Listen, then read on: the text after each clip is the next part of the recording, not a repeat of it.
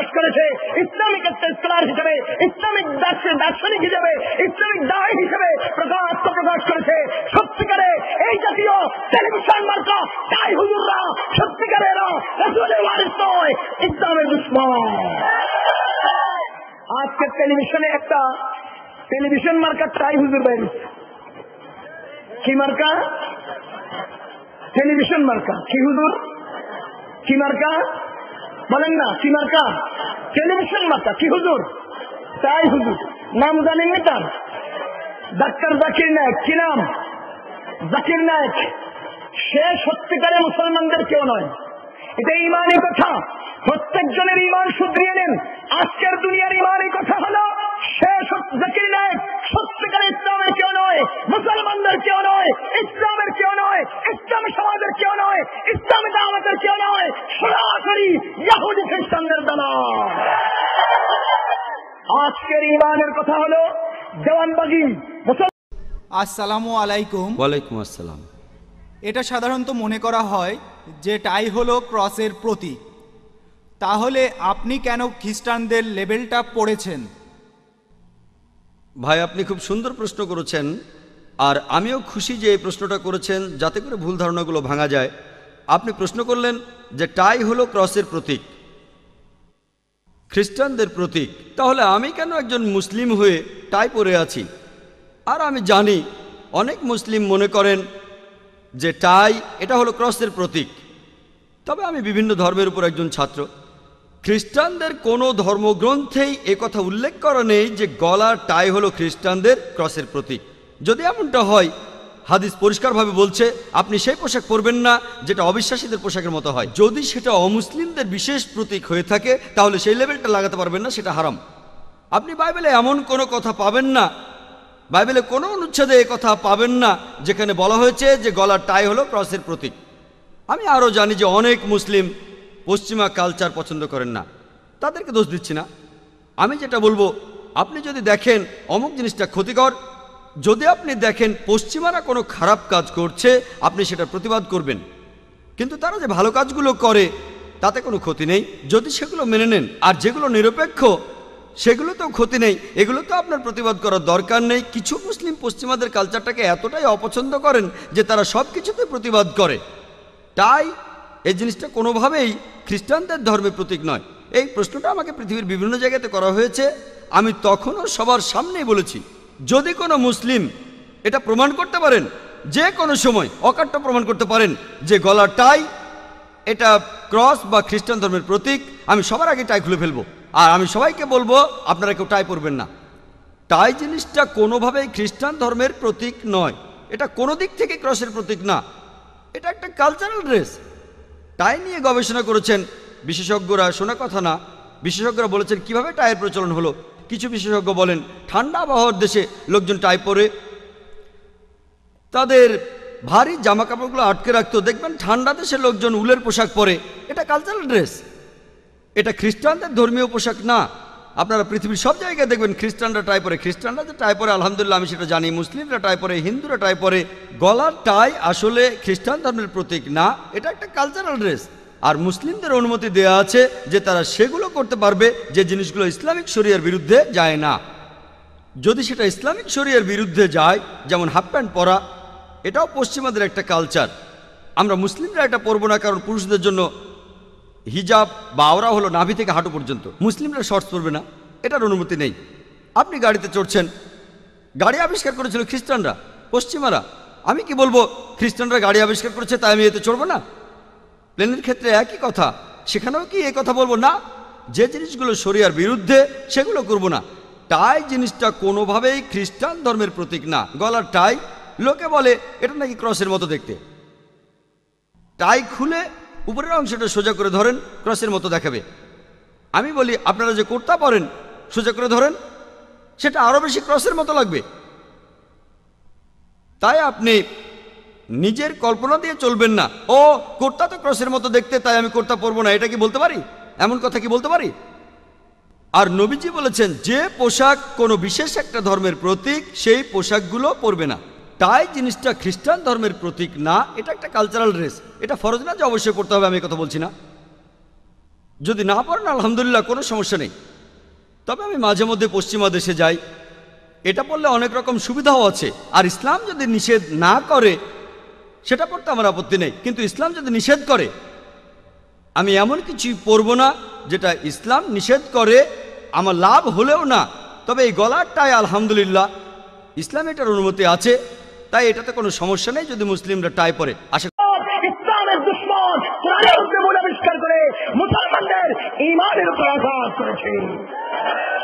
সুতরাং অ্যাভয়েড করতে হবে এই লোকটাকে, ঠিক না? ঠিক বলে মহিলাদের মধ্যে 4 জন নবী আসছে, নাউজুবিল্লাহ। কোন মহিলা বলে 4 জন নবী? তার 1 নম্বর খণ্ডের 355 নম্বর পৃষ্ঠায় ডাক্তার জাকির নায়েক লেকচার সমগ্র 1 নম্বর খণ্ডের 355 নম্বর পৃষ্ঠায় সে বলতেছেন দুনিয়াতে 4 জন নবী আসছে। একজন বিবি মরিয়ম, বিবি আসিয়া, বিবি খাদিজা, বিবি ফাতেমা। বিবি মরিয়ম, বিবি আসিয়া, বিবি খাদিজা, বিবি ফাতেমা। আমি জিজ্ঞেস করতে চাই, আমরা হাদিসে পড়েছি মিশকাত শরীফে আল্লাহ রাসূল সাল্লাল্লাহু আলাইহি ওয়াসাল্লাম মহিলাদের একটা জামাতের পাশে অতিক্রম করে যাওয়া কালে মহিলাদেরকে বলেন, ইয়া মাশারান নিসা তাসাদ্দাকনা, হে মহিলারা তোমরা বেশি বেশি পরিমাণে সদকা করো, কারণ তোমাদের মধ্যে বেশি পরিমাণ মানুষকে, মহিলাকে আমি জাহান্নামে দেখতে পেয়েছি। এই হাদিসের পরিপ্রেক্ষিতে আল্লাহ রাসূল আলোচনার এক পর্যায়ে বলেন যে তোমাদের আকল কম, তোমাদের জ্ঞান কম, তোমাদের আকল স্বল্প, জ্ঞান স্বল্প, এবং দিন পালনের ক্ষেত্রে তোমরা শিথিল, দিন পালনের ক্ষেত্রে তোমরা অসম্পূর্ণ, দিন পালনের ক্ষেত্রে তোমরা আধুরা। মহিলা সাহাবায়ে কেরাম জিজ্ঞেস করেন, ইয়া রাসূলুল্লাহ আমাদের আকল কম, এটা কিভাবে বুঝলাম? আমাদের দিনদারির ক্ষেত্রে আমরা অল্প, আমরা অর্ধেক, এটা কিভাবে বুঝলাম? আল্লাহ রাসূল সাল্লাল্লাহু আলাইহি ওয়াসাল্লাম বলেন, হে মহিলারা যখন কোন বিষয়ে সাক্ষীর প্রয়োজন হয় তোমরা কি 2 জন মহিলা 1 পুরুষের সমান নয়? বলে যে জি ইয়া রাসূলুল্লাহ, তা এটাই হলো তোমাদের আকলের কমতি। আবার জিজ্ঞেস করেন, যখন তোমাদের মাসিক হয়, যখন তোমাদের হাইজ নেফাজ হয় তোমরা কি তখন নামাজ পড়ো? না ইয়া রাসূলুল্লাহ, এটাই হলো তোমাদের দিনদারির মধ্যে তোমরা কম। ও মুসলমান, জিজ্ঞেস করতে চাই, যার আকল কম, যার আমল কম, যার দিনদারি কম, আল্লাহ তাআলা এদেরকে নবী বানায়া পাঠালেন কোন হিসাবে? আল্লাহ কি আকল নাই? আল্লাহ কি বেআকল? নাউযুবিল্লাহি মিন যালিক, সুবহানাল্লাহি আম্মা ইউশরিকুন। এরা যে নবী, যে মহিলাদেরকে নবুয়ত দিয়ে দুনিয়াতে পাঠালো, জাকির নায়েক বলতেছে বিবি ফাতেমা বলেন নবী। আল্লাহ তাআলা বলেন, মা কানা মুহাম্মাদুন আবা আহাদিন মির রিজালিকুম ওয়ালাকিন রাসূলুল্লাহি ওয়া খাতামান নাবিয়্যিন। আমি দুনিয়ার বুকে মুহাম্মাদের কোন সন্তান, দুনিয়াতে পুরুষ সন্তান রাখিনি। ও দুনিয়ার মানুষ, তোমাদের কোন পুরুষের বাবা নন মুহাম্মদ, তিনি হলেন নবী, তিনি হলেন রাসূল, তিনি সর্বশেষ নবী, তারপরে কোন নবী নেই। আল্লাহ রাসূল নিজে বলেন, আনা খাতামুন নাবিয়্যিন লা নাবিয়্যা বাদি, আমি হলাম শেষ নবী, আমার পরে কোন নবী নেই। আমি হলাম শেষ নবী, আমার পরে কোন নবী নেই। অথচ ডাক্তার জাকির নায়েক বলে 1 নম্বর খণ্ডের 355 নম্বর পৃষ্ঠায় ডাক্তার জাকির নায়েক বলতেছে যে মহিলাদের মধ্য থেকে হযরত ফাতেমাকেও আল্লাহ তাআলা নবুয়ত দিয়ে পাঠাইছে। আল্লাহ রাসূল বলেন, আমার পরে কোনো নবী নেই। হযরত ফাতেমা রাসূলের আগে ইন্তেকাল করছেন না পরে? বলেন না, আগে না পরে? পরে। রাসূল বলেন, আমার পরে কোনো নবী নেই। অথচ ফাতেমা রাদিয়াল্লাহু তাআলা রাসূলের পরে দুনিয়াতে ছিলেন। তো এই যে রাসূল এর পরে দুনিয়াতে ফাতেমা থাকা মানে নবী দুনিয়াতে থেকে যাওয়া। তাহলে আল্লাহ যে বলেছেন কোরআনে আমার রাসূলের পরে কোনো নবী হবেন না, আল্লাহ রাসূল যে বলেছেন আমার পরে কোনো নবী হবেন না, ফাতেমা যদি পরে ইন্তেকাল করেন, ফাতেমা দুনিয়াতে নবী হয়ে রইলেন, তাহলে সরাসরি সূক্ষ্মভাবে গোপনে গোপনে এটা মুসলমানদের ঈমান ধ্বংস করে খতমে নবুয়তকে অস্বীকার করা, সরাসরি মুসলমানদের ঈমানের উপর আঘাত করে খতমে নবুয়তকে অস্বীকার করছে। এই জন্য ও মুসলমান, আমাদেরকে সচেতন হতে হবে, আমাদেরকে অসচেতন হতে হবে। সুতরাং ডাক্তার জাকির নায়েকের এই কথাকে বুঝতে পারেন, কাজেও প্রয়োগ করতে পারেন, যাতে করে ঠিকভাবে কোরআন হাদিসকে বুঝতে পারেন, কাজেও প্রয়োগ করতে পারেন। আশা করি উত্তরটা পেয়েছেন। এবারের প্রশ্নটা মহিলাদের মধ্য থেকে। আসসালামু আলাইকুম, আমি সাইমা কাজী। আমার প্রশ্নটা হলো, ইসলামে কোনো মহিলা নবী নেই কেন?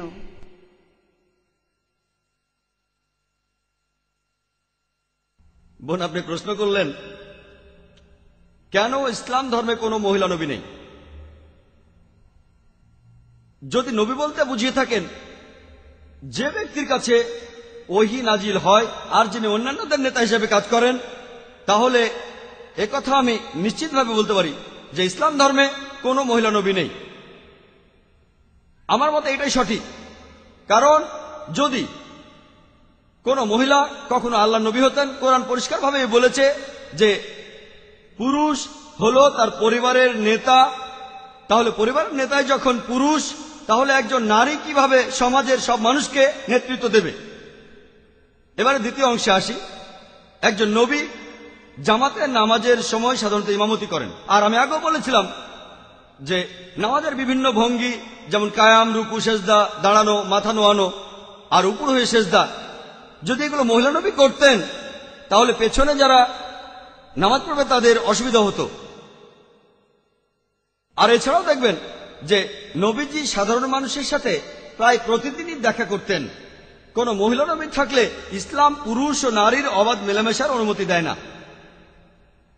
যদি কোনো মহিলা নবী হতেন আর তিনি অন্তঃসত্ত্বা হন, সে সময় তিনি বেশ কয়েক মাসের জন্য তার দায়িত্বগুলো পালন করতে পারবেন না।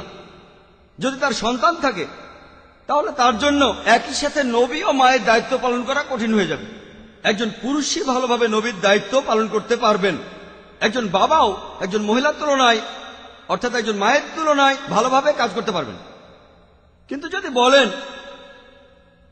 নবী হলেন সেই ব্যক্তি যিনি মনোনীত, যিনি বিশুদ্ধ আর পবিত্র, তাহলে অনেক উদাহরণ আছে। এ ব্যাপারে এখন যার কথা বলতে পারি তিনি বিবি মারিয়াম রাদিয়াল্লাহু তাআলা আনহা। পবিত্র কোরআনে সূরা ইমরানের 42 নম্বর আয়াতে উল্লেখ করা হয়েছে, ওয়াইজ কালাতিল মালাইকাতে ইয়া মারিয়ামু, যখন ফেরেশতারা বলেছিল হে মরিয়ম, ইন্নাল্লাহা আস্তাফাকি ওয়া তাহারাকি ওয়াস্তাফাকি আলা নিসাইল আলামিন, যে আল্লাহ তোমাকে মনোনীত ও পবিত্র করেছেন এবং পৃথিবীর নারীদের মধ্যে তোমাকে মনোনীত করেছেন। যদি আপনি বলেন নবী মানে সেই ব্যক্তি যিনি মনোনীত, যিনি বিশুদ্ধ, তাহলে আমরা এখানে উদাহরণ হিসেবে পাচ্ছি বিবি মারিয়াম রাদিয়াল্লাহু তাআলা আনহা, যিনি ছিলেন ঈসা আলাইহিস সালামের মা। আরো অনেক উদাহরণ আছে।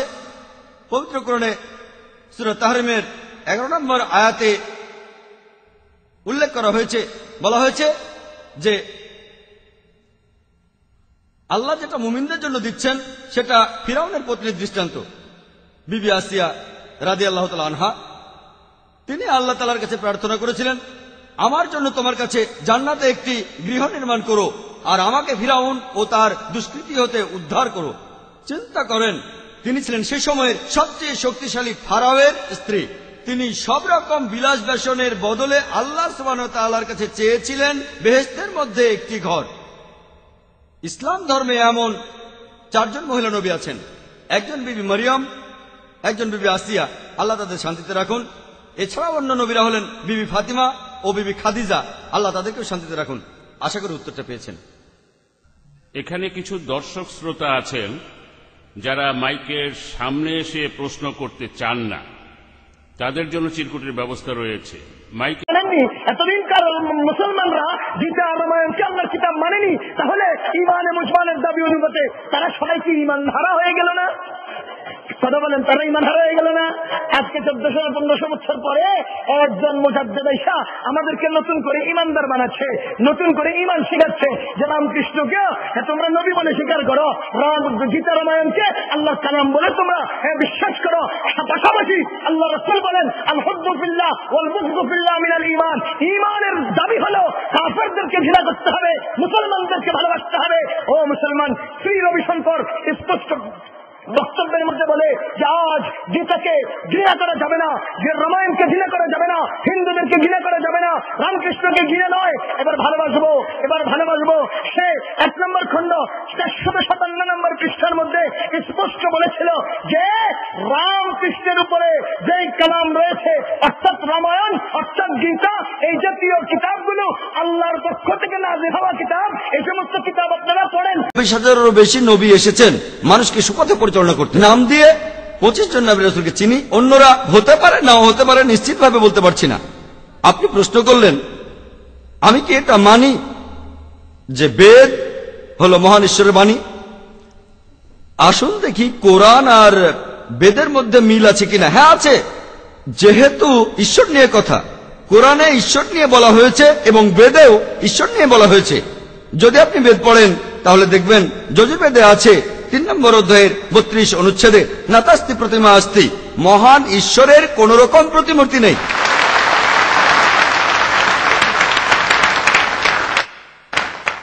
যজুর্বেদ বলছে 32 নম্বর অধ্যায়ের 3 অনুচ্ছেদে মহান ঈশ্বর হলেন নিরাকার। এরপর যজুর্বেদের 40 নম্বর অধ্যায়ের 8 অনুচ্ছেদ বলছে ঈশ্বরের কোনো প্রতিমূর্তি নেই, কোনো শরীর নেই। যজুর্বেদে আছে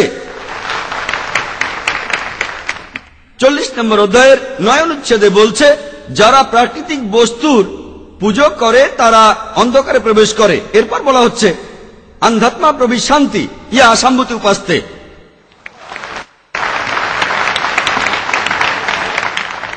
তারা আরো বেশি অন্ধকারে প্রবেশ করে যারা মানুষের তৈরি জিনিসের পুজো করে।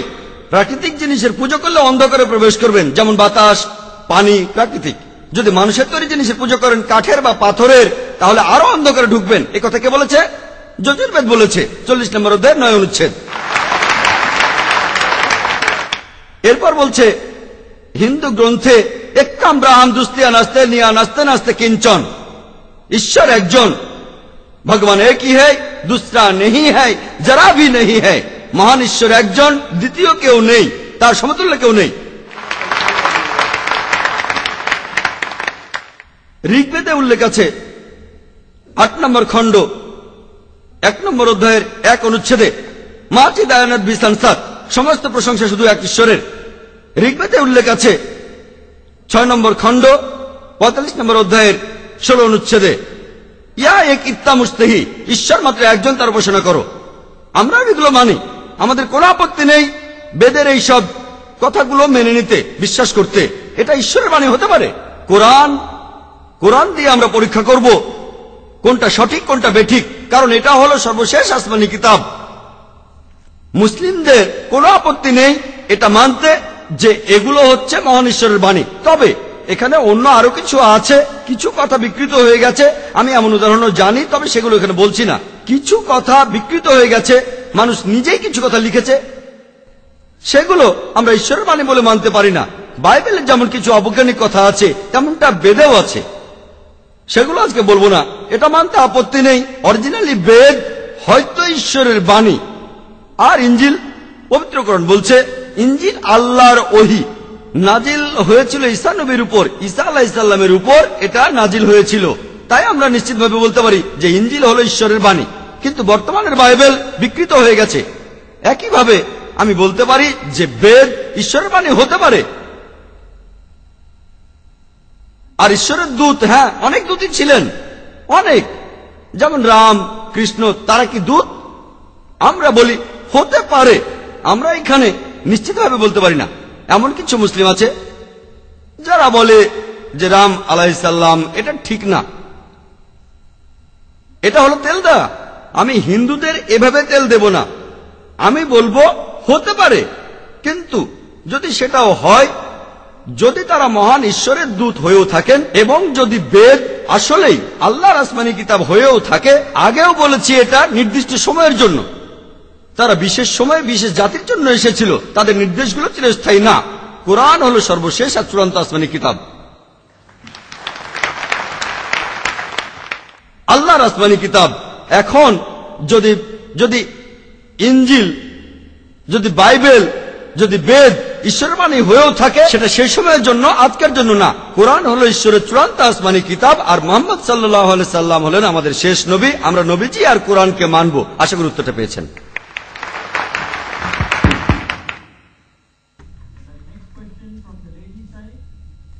কৃষ্ণ আল্লাহর পক্ষ থেকে প্রেরিত নবী হতে পারে না? বলিয়ান নম্বর 2 পৃষ্ঠা নম্বর 162, বলিয়ান নম্বর 2 পৃষ্ঠা নম্বর 162, এখানে সে বলতেছে রামকৃষ্ণ নবী হতে পারে না। বেদ, রামায়ণ, মহাভারত এগুলো আল্লাহর পক্ষ থেকে প্রেরিত কিতাব। নাউজুবিল্লাহ। ভলিউম নম্বর 2 পৃষ্ঠা নম্বর 162, এই পৃষ্ঠাতে সে ব্যাংকে চাকরি করি। আমি জানি যে হিন্দু ধর্মের বেশিরভাগ অনুসারী বেদের কথা জানে না তারা। তবে আপনি কি বেদের সব কথাগুলো মানেন? বেদের কথার সাথে কি আপনি একমত? হিন্দু ধর্মের মধ্যে কিছু কিছু লোক আছে, তারা বেদ পড়ে, কিন্তু বেশিরভাগ অনুসারী বেদের কথাগুলো জানে না। আর অনেক ধর্মীয় নেতাই বেদের কথা অনুযায়ী তাদের কাজগুলি করে না। বেদ ঠিক হয়ে থাকলে তারা এমনটা করে কেন? উত্তরটা জানতে চাই। ভাই, আপনি যে প্রশ্নটা করেছেন, প্রথম অংশটা হলো বেদের কথাগুলো আমি পুরোপুরি বিশ্বাস করি কিনা। 2 নম্বর পয়েন্ট, যে এই বেদ হাতে গোনা কিছু হিন্দু জ্ঞানী লোকেরা, তারা ছাড়া এই বেদ আর কেউ পড়ে না কেন। 1 নম্বর পয়েন্ট, আমি কি বেদের সব কথাগুলোই বিশ্বাস করি? যদি ভালো করে দেখেন, আল্লাহ পবিত্র কোরআনে বলছেন, সূরা রাদের 38 নম্বর আয়াতে উল্লেখ করা আছে, আল্লাহ বলছেন যে তোমার পূর্বে আমি অনেক রাসূল প্রেরণ করিয়াছিলাম। ইয়া কুল্লি আজলিল কিতাব, প্রত্যেক যুগে রাসূল প্রেরণ করছি। পবিত্র কোরআনে 4টা কিতাবের নাম আছে, তাওরাত, জাবুর, ইনজিল আর কোরআন। পবিত্র কোরআন হলো আল্লাহ তাআলার সর্বশেষ আর চূড়ান্ত আসমানি কিতাব, নাজিল হয়েছিল সর্বশেষ আর চূড়ান্ত নবী মুহাম্মদ সাল্লাল্লাহু আলাইহি সাল্লামের উপর। এখন বোম্বেতে আমাকে একজন প্রশ্ন করেছিল, বেদকে আমি ঈশ্বরের বাণী মনে করি কিনা। আমি কি বেদকে সম্পূর্ণ সঠিক মনে করি? দেখেন, নাম দিয়ে মাত্র 4টার কথা বলা হয়েছে, তাওরাত, জাবুর, ইনজিল আর কোরআন, কিন্তু আল্লাহ তাআলা আরো আসমানি কিতাব নাজিল করেছেন। এখন বেদের ব্যাপারে, বেদকে আমি ঈশ্বরের বাণী মনে করি কিনা, যেহেতু পবিত্র কোরআনে বেদের নাম উল্লেখ করা নেই, হাদিসেও বলা হয়নি, আমি নিশ্চিতভাবে বলতে পারি না যে এটা ঈশ্বরের বাণী। আমি এখন বলবো এটা হতে পারে, এমন হতে পারে, আবার নাও হতে পারে। কিন্তু বেদ যদি ঈশ্বরের বাণী হয়েও থাকে, বেদ ছিল সেই সম্প্রদায়ের জন্য আর সেই সময়ের জন্য। বর্তমানে আমরা মানব সর্বশেষ আর চূড়ান্ত আসমানি কিতাবকে, অর্থাৎ পবিত্র কোরআন, পুরো মানুষ জাতির জন্য। 2 নম্বর প্রশ্ন, আমি বেদের সবকিছু বিশ্বাস করি কিনা। আল্লাহ পবিত্র কোরআনে সূরা বাকারার 79 নম্বর আয়াতে বলেছেন, ফাওয়াইলুল লিল্লাযিনা ইয়াকতুবুনাল কিতাবা বিআইদিহিম সুম্মা ইয়াকুলুনা হাযা মিন ইনদিল্লাহ লিয়াশতারু বিহি সামানান কালিলা ফাওয়াইলুল লাহুম মিম্মা কাতাবাত আইদিহিম ওয়াইলুল লাহুম মিম্মা ইয়াকসিবুন। দুর্ভোগ তাহাদের যাহারা নিজ হাতে কিতাব রচনা করে তুচ্ছ মূল্য প্রাপ্তির জন্য বলে, ইহা আল্লাহর নিকট হইতে। দুর্ভোগ তাহারা যাহা উপার্জন করিয়াছে, দুর্ভোগ তাহারা যাহা লিখিয়াছে। তাহলে বুঝতে পারছি যে মহান সৃষ্টিকর্তা সব আসমানি কিতাবই সময় চলে যাওয়ার সাথে সাথে বাতিল হয়ে যায়, পরিবর্তিত হয়ে যায়। বর্তমানে ইনজিলকে অবিকৃত অবস্থায় পাওয়া যাবে না। আমরা যে বাইবেল দেখি সেটা ইনজিল নয়, যেটা যীশু খ্রিস্টের উপর নাজিল হয়েছিল। সময়ের সাথে সাথে এগুলো বদলে গেছে। তাই বেদ যদি ঈশ্বরের বাণী হয়েও থাকে, বেদ পুরোপুরি অবিকৃত অবস্থায় এখন নাই। হিন্দু পণ্ডিতরা এই ব্যাপারে একমত। আর আল্লাহ পবিত্র কোরআনে সূরা হিজরের 9 নম্বর আয়াতে বলেছেন, আমি কোরআন অবতীর্ণ করিয়াছি, অবশ্যই আমি উহা সংরক্ষক। কোরআনকে আরো বলা হয় ফুরকান, যা দিয়ে সঠিক ও ভুল আলাদা করা হয়। তাই বলবো, বেদের যে কথাগুলোর সাথে কোরআনের মিল রয়েছে সেগুলো সত্যি বলে মেনে নিচ্ছি, যেগুলো মেলে না সেগুলো বাদ দিচ্ছি। কারণ হিন্দু পণ্ডিতরাই বলেন যে বেদ অবিকৃত অবস্থায় নেই। আমি কি করছি, কোরআনের সাথে বেদের যে কথাগুলো মিলছে সেগুলো মেনে নিচ্ছি। এটা ঈশ্বরের বাণী হতে পারে, কিন্তু আমি বেদের সব কথাই মেনে নিচ্ছি না। বেদে অনেক অবৈজ্ঞানিক কথা রয়েছে, এটার উপরেও লেকচার দিতে পারি, কিন্তু সে ব্যাপারে এখানে বলতে চাই না। বেদের অনেকগুলো বৈজ্ঞানিক ভুল নিয়ে কথা বলতে পারি। তাই আমি বলছি যে কোরআন হলো ফুরকান, আর এটা দিয়ে পরীক্ষা করে দেখব, যদি এর সাথে মিলে যায় তাহলে এই কথা মানব যে এই অংশটা একেবারে সঠিক। আশা করি উত্তরটা পেয়েছেন।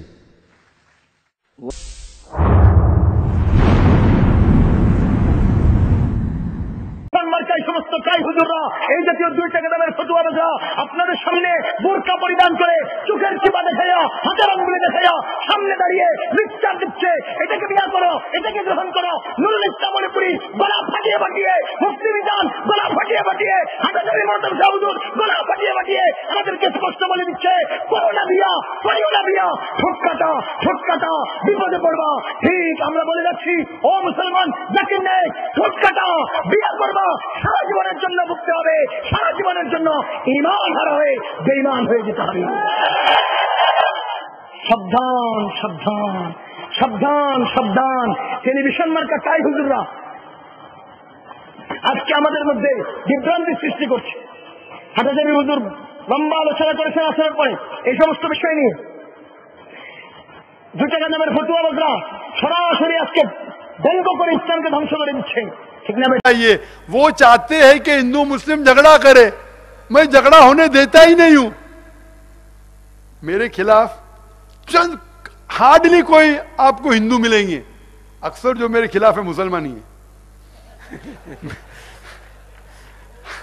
आप अगर नेट पे जाएंगे ना, आप गूगल करो जाकिर नाइक इन्वर्टेड कॉमर्स में 62 लाख से ज्यादा वेबसाइट है। 62, कोई भी मुसलमान मुकर्रर की दुनिया में 62 लाख वेबसाइट पे है ही नहीं। नंबर 2 पे आते दीदा, जिससे मैं मुतासिर हुआ, उसके है 14 लाख, मेरे 62 लाख है। कितने?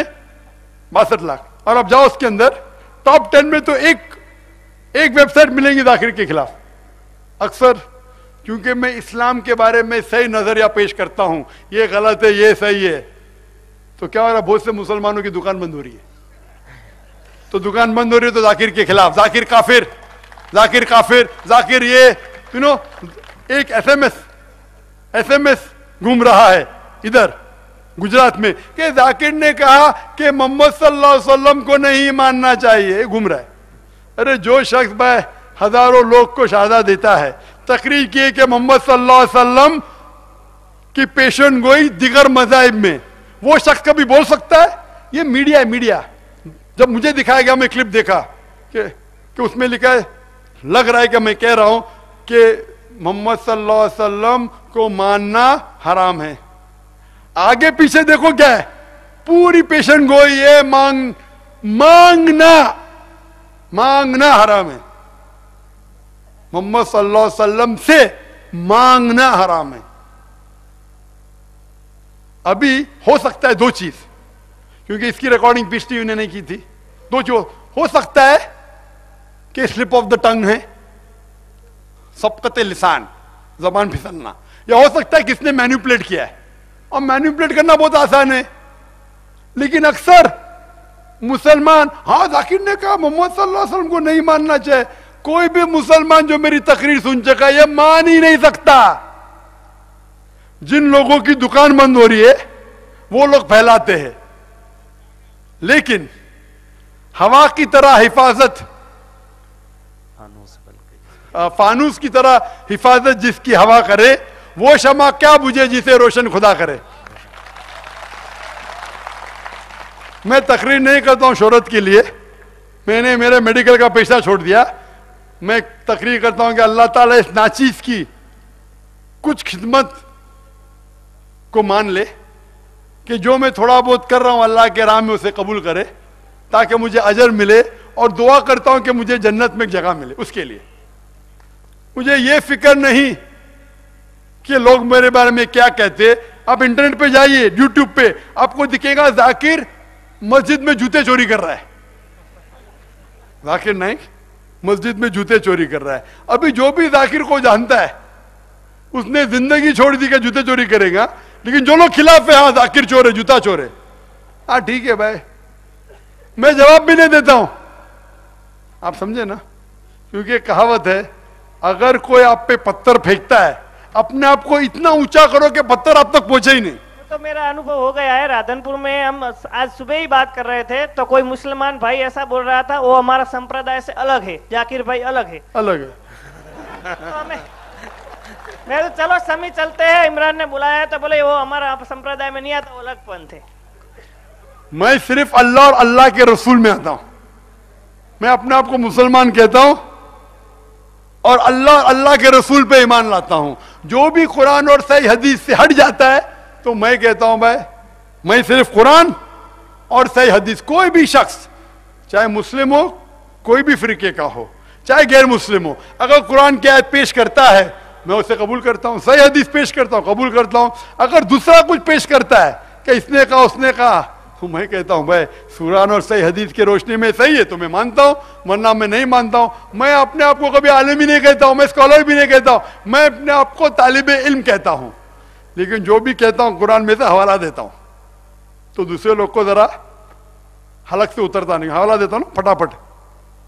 अल्लाह की देन है, अल्लाह की मदद है। मैं ये नहीं कहता हूं मेरे पास बहुत इल्म है, बहुत कम इल्म हूं, लेकिन अल्लाह ने जो मुझे हुनर दिया है, मैं कोशिश करता हूं कि अल्लाह और अल्लाह के रसूल का पैगाम दूसरे तक पहुंचाए। तो ये चीज होने ही वाली है। और इसकी मिसाल है कि आज तारीख में सबसे पहले इंसान से लेके आज तक सबसे मशहूर इंसान कौन है? मोहम्मद सल्लल्लाहु अलैहि वसल्लम। ये मैं नहीं कहता हूं, गैर मुसलमान कहते, माइकल आज कहता है, थॉमस कैरल कहते हैं, सबसे ज्यादा किताब अगर कोई इंसान के खिलाफ लिखी गई वो है मोहम्मद सल्लल्लाहु अलैहि वसल्लम। जब मोहम्मद सल्लल्लाहु अलैहि वसल्लम को नहीं छोड़े तो मैं क्या हूं? मैं तो कुछ हूं ही नहीं कंपेयर में। तो मोहम्मद सल्लल्लाहु अलैहि वसल्लम को लोगों ने नहीं छोड़ा तो मैं क्या हूं? मेरा तो कंपैरिजन भी नहीं है। हमें काम करना चाहिए। कब भी कोई अगर इल्तिजा आती है, मैं देखता हूं भाई इसके लिए मेरे में कोई हिदायत है क्या नहीं? हिदायत है, तो मैं बोलता हूं मैं गलत है, मैं बदल जाता हूं, मैं इंसान हूं, गलती कर सकता हूं, हिदायत नहीं है तो छोड़ देता हूं, जवाब भी नहीं देता हूं, जवाब भी नहीं देता हूं, बाकी लोग माशाअल्लाह जवाब देते रहते। तो इसीलिए उसी तरीके से मीडिया, तो ये मीडिया अगर इस्लाम को बदनाम करना चाहती है, माशाअल्लाह 6 साल पहले माशाअल्लाह एक चैनल वजूद में है, पीस टीवी, और पीस टीवी के जरिए माशाअल्लाह पीस टीवी की देखने वाली तादाद है 10 करोड़ 10 करोड़ दुनिया भर, सारी दुनिया में, अमेरिका में, कनाडा में, यूके में, यूरोप में, हिंदुस्तान में, मिडिल ईस्ट में देख रहे हैं। 25% गैर मुसलमान देख रहे हैं। उसके 2.5 साल बाद वजूद में है पीस टीवी उर्दू, और माशाअल्लाह अभी 11 महीने पहले वजूद में है पीस टीवी बंगला। इरादा है, अल्लाह कबूल करे, कि दुनिया के कम से कम 10 अहम मजहबी जबानों में इसको कायम करे, और इसके जरिए माशाअल्लाह सैकड़ों गैर मुस्लिम, हजारों लाखों जब देखते हैं माशाअल्लाह। कभी भी मैं गैर मुस्लिम दुकान में जाऊंगा, अरे डॉक्टर साहब, अरे मुफ्त में ले लो, जाता हूं कम, यहां किधर बाहर जाता हूं, तो माशाअल्लाह ये गैर मुसलमान जब मेरी तकरीर देखते हैं तो कभी भी मेरे दुश्मन नहीं बंद हो सकता है, 1000 में से एक बने, 1000 में से एक, वही लोग जिसकी दुकान बंद हो रही है। तो कुछ गैर मुस्लिम की दुकान बंद होती ना, अरे इतना फायदा हो रहा, अब ये तकरीर करके सही हिंदुज़म लोग जानने लगे तो मैं दुकान बंद हो जाएंगी, सही ईसाई जानने लगे दुकान। मैं खुले तौर पे कहता हूं भाई आओ स्टेज के ऊपर आओ, हम देखेंगे, हम इस मौजू के ऊपर जिक्र करेंगे, डायलॉग करेंगे, अगर गलत है तो हम गलत मान लें, ओपन क्वेश्चन आंसर सेशन, हम प्लांट नहीं करते, हम चिट्ठी में नहीं मानते, खुल्ला पूछो, क्योंकि इस्लाम एक सही मजहब है, दीनुल हक है। तो मैं ये मेरी इल्तिजा आपसे भाई साहब कि मीडिया के जरिए बहकना नहीं चाहिए।